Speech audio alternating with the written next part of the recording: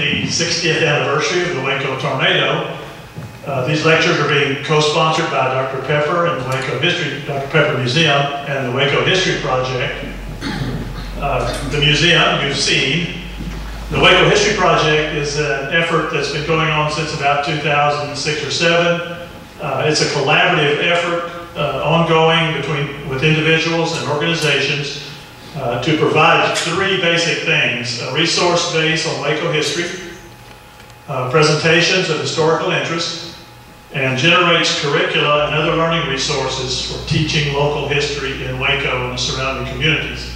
So from time to time you'll see events sponsored by the Waco History Project, and they are co-sponsoring this 4-lecture series. This is the first one, as I said. The second one will be May 19th, and it'll be about the famous photographers that documented this Waco tornado.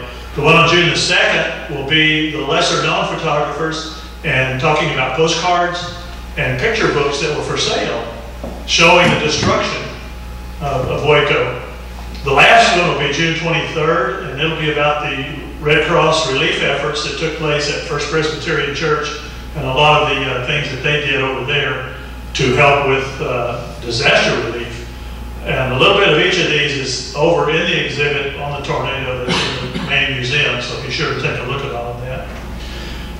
For our first lecture, I'd like to introduce Patrick Crawford. He's joined KCEN HD weather team in September of 2012 after working for the NBC affiliate in New Orleans. He has been forecasting all types of weather and all across the country, including stops in Arkansas, Arizona, and Illinois. Patrick has been awarded the prestigious Certified Broadcast Meteorologist Weather Seal from the American Meteorological Society, and this CBM certification is the highest level you can get from the American Meteorological Society. So it involves academic requirements, on-the-air performance, a rigorous examination, and continuing education. So without any further ado, Patrick Crawford.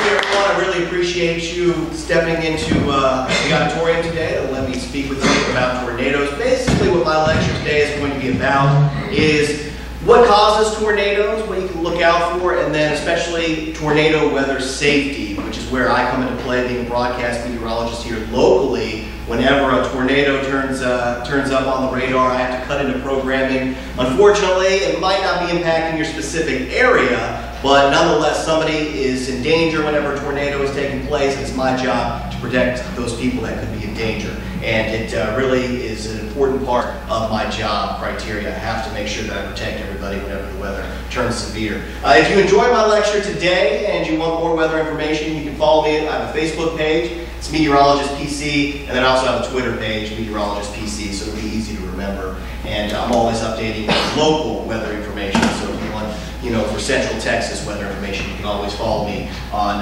my Facebook page or on my Twitter page. So first what I want to talk about is what I would look at as far as a tornado on the radar. So what I'm going to do is I'm going to bring up a radar image. This is a look at a radar image from 1989, I believe, in Oklahoma. There you can see there's Norman, Oklahoma right there. There's Oklahoma City. And whenever we look at the radar, what a radar is just a device that sends out energy, and it can detect wherever there's showers or thunderstorms. And it sends that information back to the radar site, and then that information is available for me to take a look at. And what we're looking at right here is a tornado-warned thunderstorm. And basically, the reason why it's a tornado-warned storm, this is a textbook display of what a tornado would look like on a radar. We've got right here what we call the hook echo. You can kind of see it makes a little hook, a little curvature right here. This area right here is the inflow, and this area right here is where the tornado is taking place. And I believe this tornado developed and it continued to move northeast towards Moore, Oklahoma, and I believe there was some major damage from the storm there. So this is something that I would look at on the radar. If I was examining the radar here in Central Texas and this image popped up on the radar, I would be on the air immediately in telling everybody how to stay safe and what areas were going to be impacted by this specific storm. So that's something that I would look at. And what I'm going to do now is just kind of give you an idea of what goes on as far as tornadoes in the United States. So what I'm going to do is I'm going to start my presentation here at the top. And I like to start out my presentation just with some interesting weather facts. And since I'm focusing on tornadoes, figured I'd start out with some interesting tornado facts for the United States. Now, the one thing about the United States that makes us completely different than any other country in the entire world is we're the powerhouse. We're the #1 area where you're going to see tornadoes.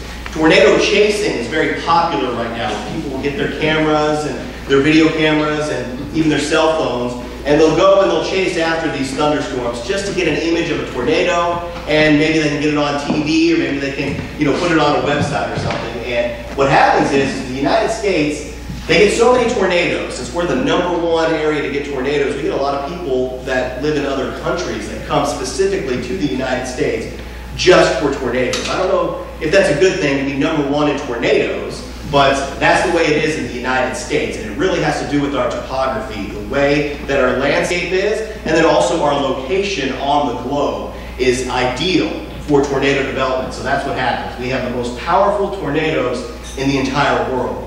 Every 3 out of 4 tornadoes in the entire world happens in the United States. So really, if you want to see a tornado, you're going to want to come to the United States. The chances of seeing a tornado someplace else is not very likely, but it can happen. Tornadoes actually happen in every single continent in the entire world except Antarctica. So you would never see a tornado if you're down in Antarctica, but you could possibly see a tornado if you're in Asia or maybe even Africa. But if you want to see a tornado, it's definitely the United States is where you're going to have the best chance of seeing a tornado. Now, some other interesting facts about tornadoes. That a tornado is an F5, meaning the strongest storm. That's a tornado as far as you rank these tornadoes from, it's actually the enhanced Fujita scale now, so it would be an EF5. But an EF5 tornado is the strongest tornado that's possible. But the good news is that strongest tornado, it only happens 0.1%. It's actually less than 0.1%. So the odds of it happening are very, very low. That's the strongest tornado that is possible. So that's some good news, but the bad news is that there is a chance. It's not 0%, it's just less than 0.1%. And I talked about that 3 out of 4 tornadoes happen in the United States, and then also something that's interesting is that tornadoes can occur at any time, but the peak time for tornado activity is between 3 p.m. and 9 p.m. That's when the atmosphere is at its most unstable, and that's what you really need for tornado development. You need really unstable air. And I'll talk in more detail on what that is coming up here in just a moment. Let me go to my next graphic here, and I'll show you what I'm speaking with. So this is a look at a map of the United States. Now, I talked about how the United States is perfect for tornado development. And here's the reason why. What happens is where we're located in the entire globe, we get these areas of low pressure. There's the red L right here. And they're referred to as a mid-latitude cyclone.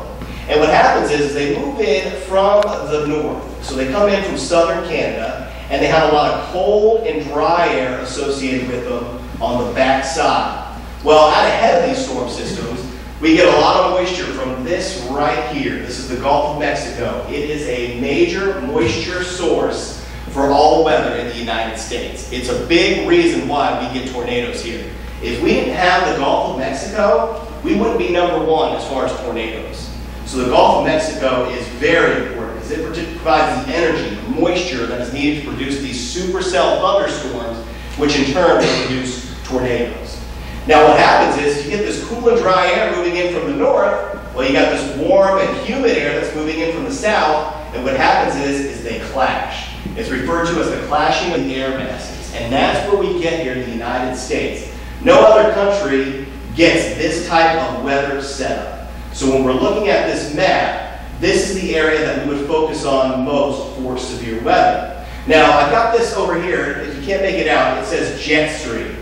What the jet stream is it's a strong river of flowing air in the upper levels of the atmosphere, very high up. If you do a lot of flying, you've heard jet stream used before. The jet stream is very strong, but it's in the upper levels of the atmosphere, so you wouldn't actually physically interact with it unless you were flying in a plane. But it does impact weather because we get these winds out of the south right here at the surface. We also have winds coming in from the north and northwest at the surface. But the jet stream has winds coming out of the southwest in the upper levels of the atmosphere. And what that does is it produces rotation. it creates the movement of the air, the rotating air within thunderstorms that develop. So this jet stream is a big player with the forecast, because if you've got a strong jet stream moving right over top of these thunderstorms, then there's a good chance there's going to be a lot of rotation in them, and that's what we're looking at. We're looking at thunderstorms. We're looking for rotation, because if there's rotation within a thunderstorm, then it's going to be capable of producing a tornado. Now, I'm sure a lot of you have probably heard the term tornado alley, and when we talk about tornado alley, we're really talking about the area of the United States that sees the most tornadoes. Now, some tornado alley maps vary. Some tornado alley maps focus on actual number of tornadoes. Some tornado alley maps might focus more on an EF3 or higher tornado. But this is my generalization as far as tornado alley. This is the area that I would focus on for the best chance of seeing a tornado during the severe weather season. Severe weather season is in late spring towards early summer. So right now we're in severe weather season. This is we're heading into the peak time. May is a busy, busy time of the year for severe weather. And if you remember that map that I showed you previously, this is the area where we're likely to see that clashing of the air masses. So this specific area is where all that warm and humid air is going to build in, and all that cool and dry air is going to move south, and it's going to interact and create the thunderstorms. So Tornado Alley is really the ideal area where these tornadoes are likely to develop. You can see it does include Texas, includes Oklahoma, parts of Arkansas, Kansas, Nebraska, Iowa, even goes up towards Minnesota, and also into southeastern South Dakota. So it is a large area. The other thing that's interesting about Tornado Alley is this area is very flat.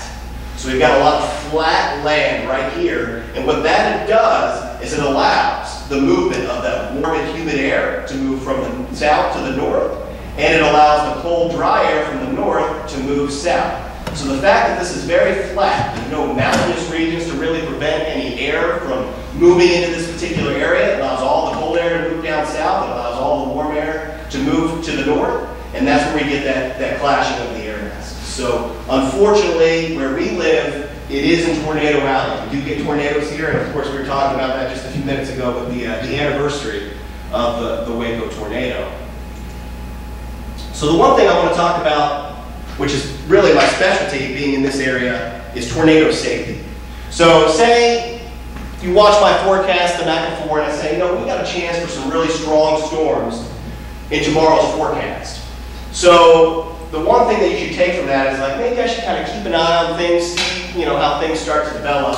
And here are 3 things that you would really want to look at in the sky or maybe see on the ground before maybe taking cover or something to that effect. The one thing right here, the dark greenish sky, the green color that you usually see within the sky is hail. It's what we refer to as a hail core. If you're getting hail, that means the storm is very strong. That means there's a lot of lift within the thunderstorm, and it's producing a lot of what we refer to as updraft. And updraft is a big player when it comes to tornadic activity. If you see a large, dark, low-lying cloud, that's referred to as a wall cloud. That's the part of the cloud that starts to lower and separate itself from the main cloud. If you start to see that lowering within the cloud, then there's a chance for tornado development within that storm. So when storm chasers are out looking, they're going to be looking for that large, dark, low-lying cloud, because that's an indication there's a strong updraft within the thunderstorm, and then also there's some rotation within the thunderstorm that's allowing the bottom of that cloud to start to move further south, move further, I should say, to the ground. And then the other thing, a loud roar similar to a freight train, if you do hear that or even feel that, then there's a good chance you're either dealing with a tornado or you're dealing with what we refer to as a microburst, which is a strong burst of wind. And sometimes microbursts can get up well over 100 miles per hour. And that's just from a strong thunderstorm. But sometimes it can also be from a tornado. So those are 3 things that you would really want to watch out for in the sky. Maybe you're out golfing, maybe you're hanging out with some friends at a barbecue or something, and you know the weather's going to be bad, and you look up and you see some of these things. It might be a good idea maybe to go inside and just kind of see what's going on. Maybe watch, turn on to my channel, and we'll be cutting in if the weather turns severe. So the other thing I want to talk about with tornado safety is what you should do if there is a tornado, or if maybe there's a chance of a tornado coming to your area. This is something that you would really, really want to know. And here's one example. This is for a structure. So if you live in an apartment building, if you live in a house, this is what you would want to do. You want to have a pre-designated shelter area. Some apartment complexes have that pre-designated area. I've lived in places before where they had a storm shelter at the apartment complex. Other places, they don't have that, but they will tell you where you should go if there is a tornado, if you do have to protect yourself. So they will give you that information if you're getting ready to move into a new place. The other thing that's very good to have is a storm cellar. But not every place has a storm cellar, but if you do, it's you can definitely enjoy that. That is a very good thing to have. I always recommend a storm cellar if you do have one. That is a good thing. If you don't have a basement, which a lot of us don't, me and my fiance, we don't have a basement at our place, so we would have to go to the most interior room on the ground floor. You're going to want to be on the ground level. The higher up you are, the winds are going to be much stronger, and you're also going to be much higher above the ground. So if something happens, and say you're on the second or third floor, and you happen to get thrown from where you're located, not only are you being thrown, but you also are going to be falling down to the ground. So you want to be as close to the ground as possible to prevent the most damage to your body. So that's why if you live in a building, as far as an apartment, or maybe you're at work, and it's a high-level building, you want to get to the lowest point of the floor. That's going to be the safest place for you to be if a tornado is taking place. And you also want to be in the most interior room.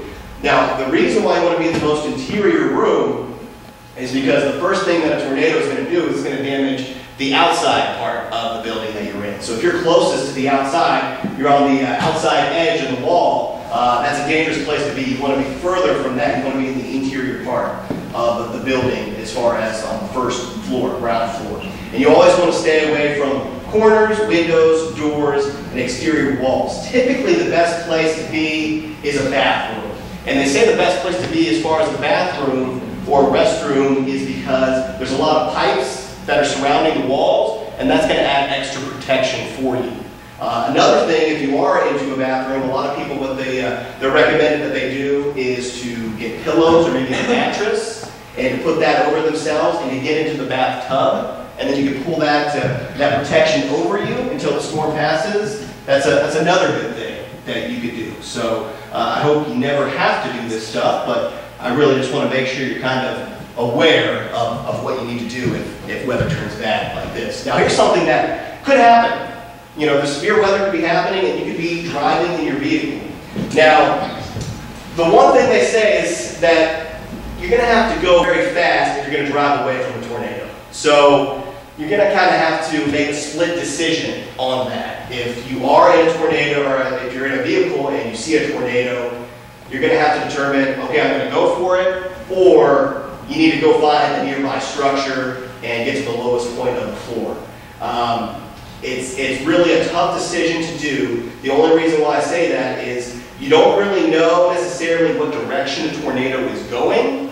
So if you are in a vehicle and you see a tornado and you think maybe you're outrunning it and you're getting away from it, you might be heading into its path later on down the road. So it's a tough decision. If it's far away and you see it and you know you can get away from it, then I highly recommend that so you don't have to worry about dealing with it. But it is a decision that's, it could backfire. So that's the one thing about it, is you just have to be very, very cautious.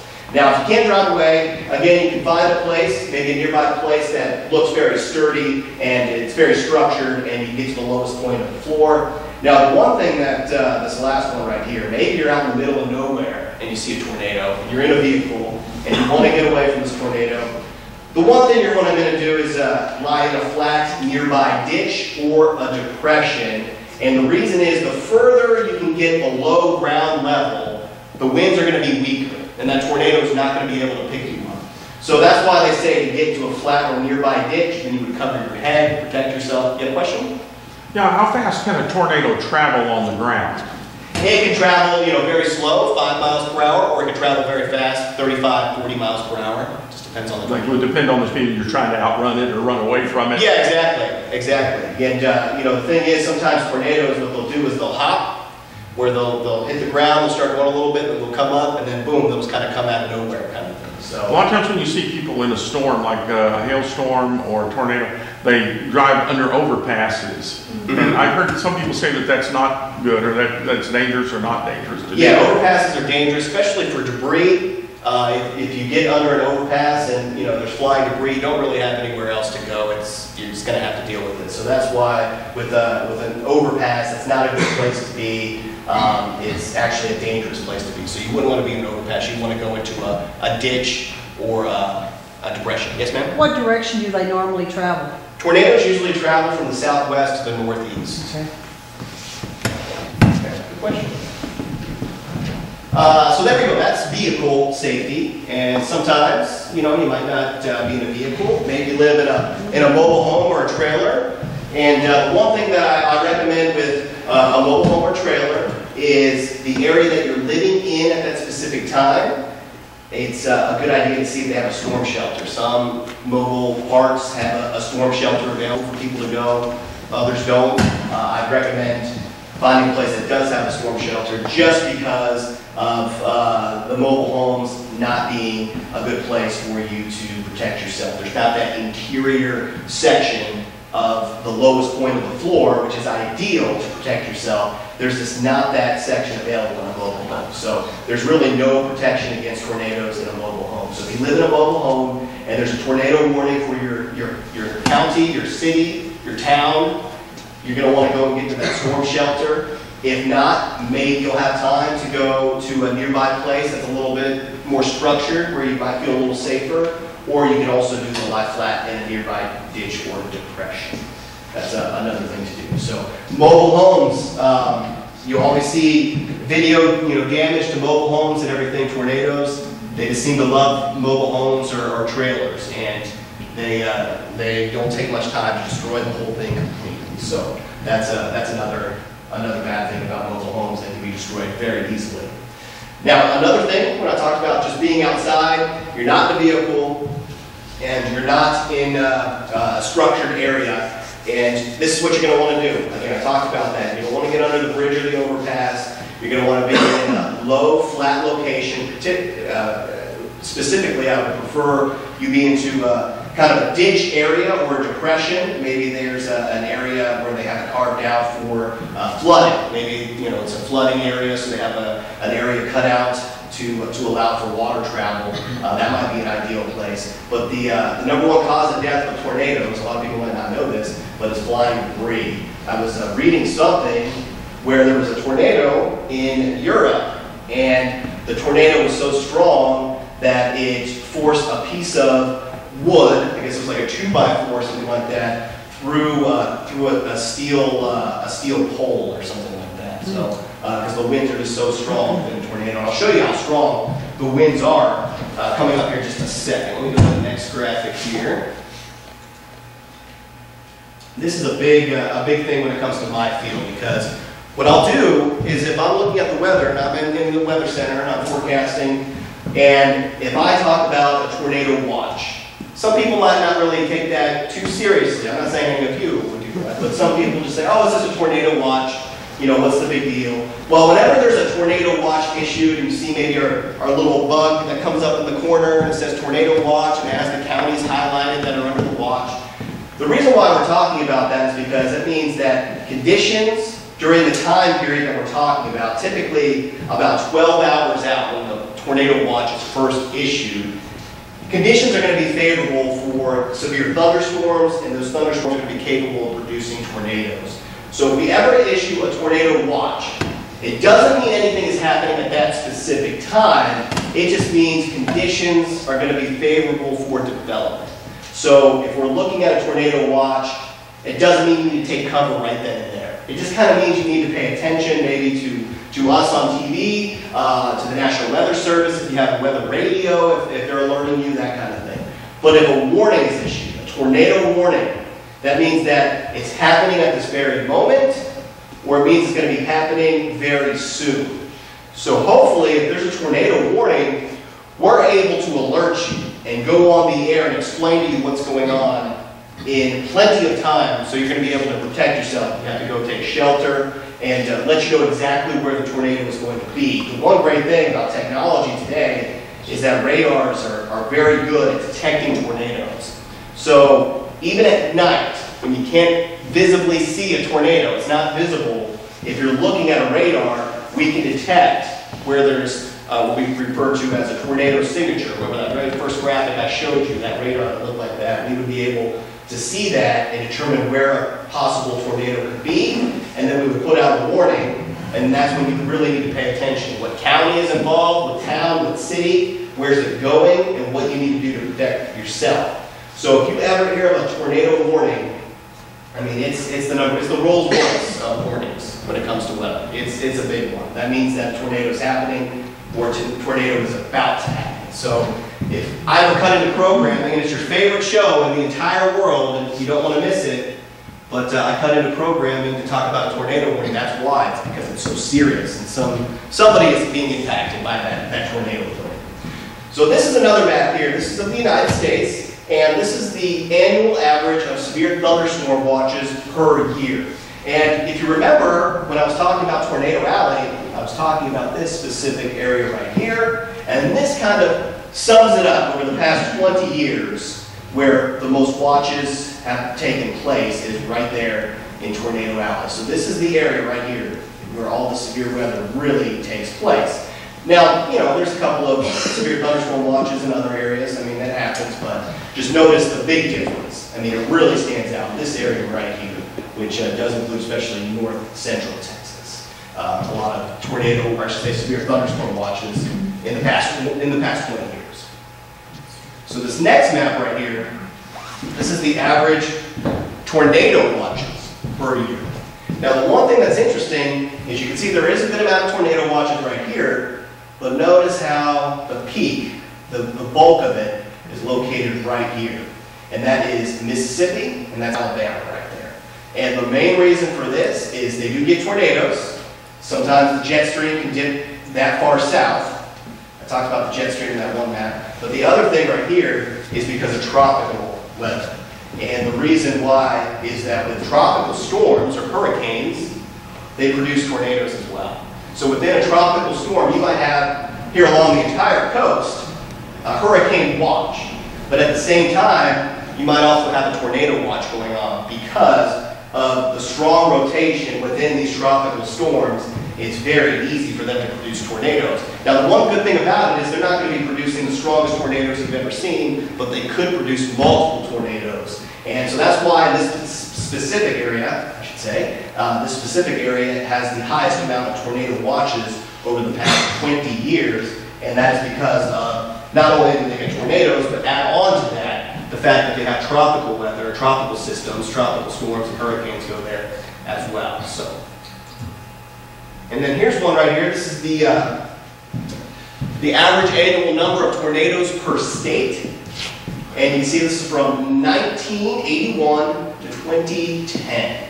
So this isn't completely up to date, but it really gives you an idea of where the most tornadoes take place. And of course, you can see Texas, that's #1 with 150. But the other thing about Texas that you have to realize is that Texas is huge.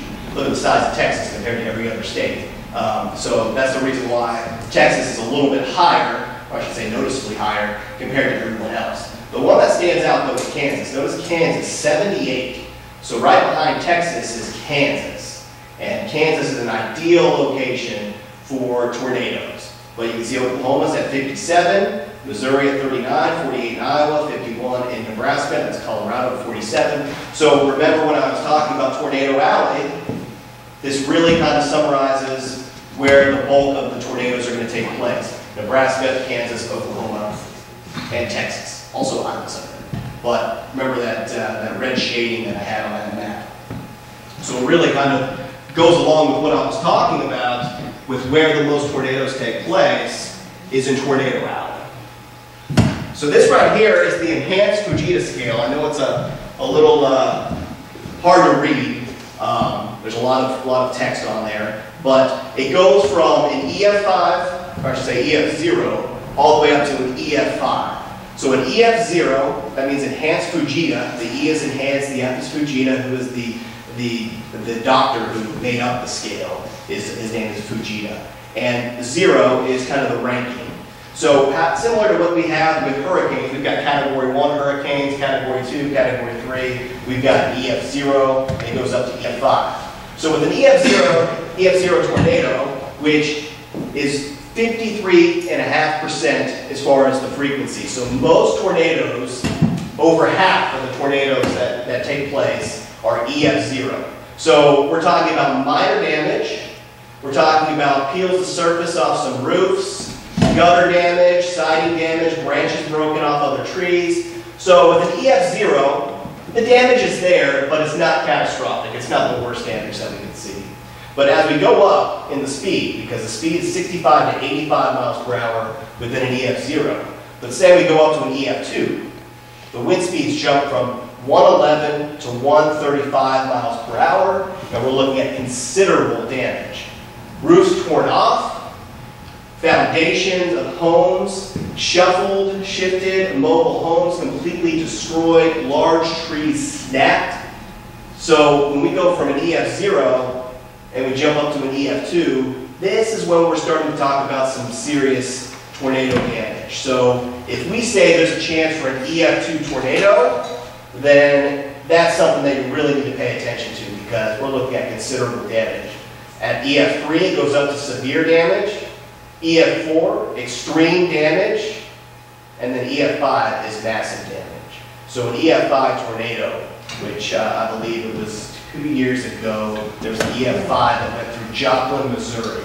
And the damage was just unbelievable what it did. So this is the ranking, this is the scale. So the weakest tornado has wind speed 65 to 85, which is about tropical storm, close to tropical storm strength. But then it goes up to greater than 200 miles per hour. So imagine an EF5 tornado racing through your neighborhood and it has wind speeds of 200 miles per hour. I mean, really, there's not a lot you can do except protect yourself and just really hope that it misses where you're located. So that's kind of the risk that you take when you live in Tornado Valley. Tornadoes are possible, and the damage could be severe. So there's again back to that tornado that I talked about at the top of my lecture. So that means I am finished. So if you guys have any questions for me, I'd be happy to answer anything that you're curious about. As far as tornadoes or tornado safety, anything to that effect. Were the winds estimated in the Waco tornado in 1953? I believe so, and I believe that the winds were estimated well over 100 miles per hour.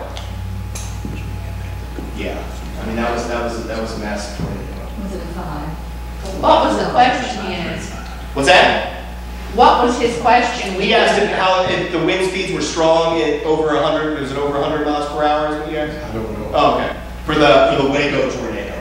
And I wondered if it was a 5. It was classified as a 5. It ranks at number 11 now on the top deadliest tornadoes in Waco. Joplin, we bumped it from number 10 to number 11. It was, and the one thing is now they changed the scale. Back when that tornado happened, they didn't have the enhanced Fujita scale. And so with the enhanced Fujita scale, they say that it wouldn't be classified as an EF5, it'd be classified as an EF4, based on the new scale. The old scale, it would be an F5 tornado. I know the sky was green. It was what I was talking about, what you're looking for? I remember that. 23 months. Oh, did you really? Okay. And I looked out and I thought, look, that sky is so green. Mm-hmm. And hail. Just the hail, yeah. Just that far away from there. Mm-hmm. Did you see the sky from your office? Oh, yeah. Helen Query was in the tornado. Oh, yeah? Did you? Yeah, we had the green. The Well, green- you could see the green massive green horizon. Yeah. Wow. Couldn't imagine. And it hailed and was green down 25 miles south. Wow. Because I was thinking, I looked You down were there. relating what we might look for a tornado. I recall having been just a few blocks from downtown Waco on that day. 2 or 3 hours before the 5 o'clock time, it got deathly still. I mean, it was so still that I had trouble breathing. Yeah. Is that indicative of That happens as well with tornadoes. Yeah.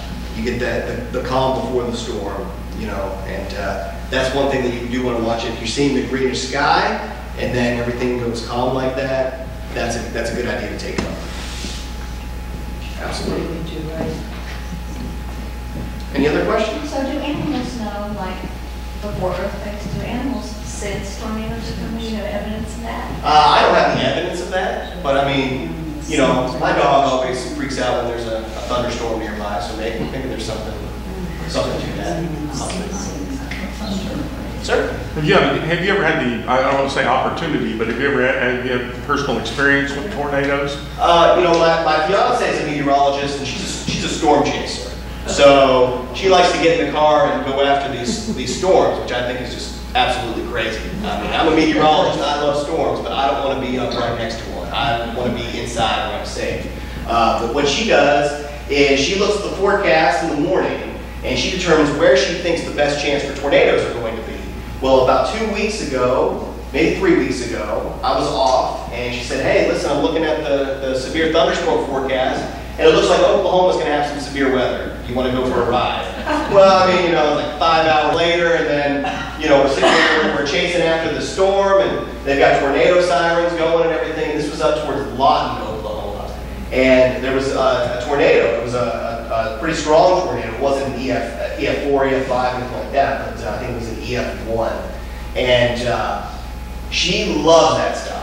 It was a little too much for me. So I have interacted with, you know, a tornado. I've seen a tornado from a distance, and it's just too scary for me. So Be sure you carry adequate insurance after you're married. yeah, pretty much. Yes, she loves that stuff.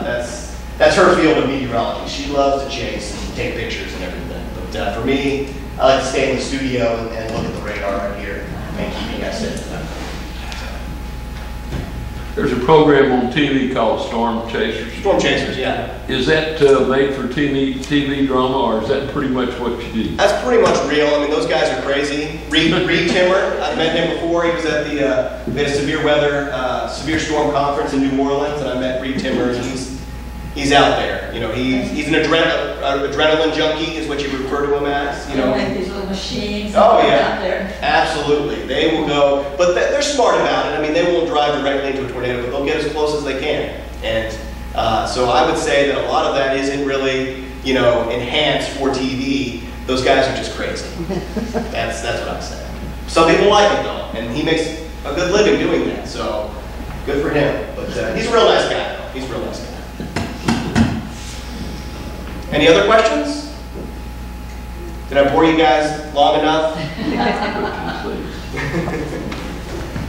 Well, thanks for coming out. I really appreciate it. I hope I was able to give you guys some information that you'll be able to use next time severe weather happens. And I work at KCEN, the NBC affiliate, so if you want to watch me, I'll be on. I'll do the 10 o'clock newscast tonight, so if you want to watch me. It's on the film. The weather man.